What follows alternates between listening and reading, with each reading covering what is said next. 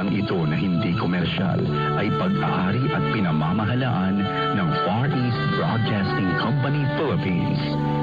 Ang DZAS ay may lisensya mula sa National Telecommunications Commission na may bilang BSD-0795-2017.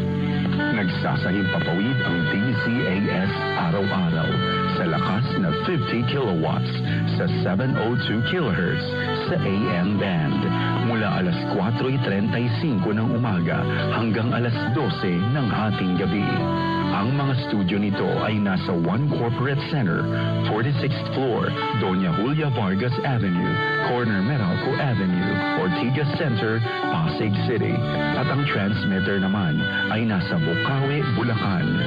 Ang 702 DZAS ay nasa ilalim ng pangangalagang teknikal ng mga FEBC personnel na lisensyado ng National Telecommunications Commission at ng Professional Regulation Commission. Electronics and Communications Engineer Joaquin Aliga Jr., ECE number 0011597 at First Class Radio Operators Elizalde Aramay, NTC number 17-1PNCR-268486. Eduardo Balyad, NTC number 97-1-PHN-19888. Rafael Barduquillo, NTC number 14-1-PNCR-26670. George Cristobal, NTC number 16-1-PNCR-26841. Raimundo Cristobal, NTC number 01-PHN-23193.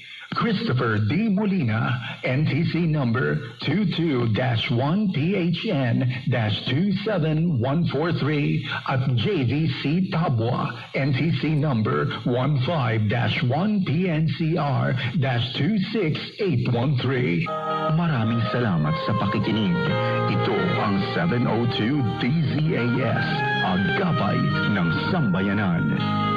Mga kababayan, ang pambansang awit ng Republika ng Pilipinas.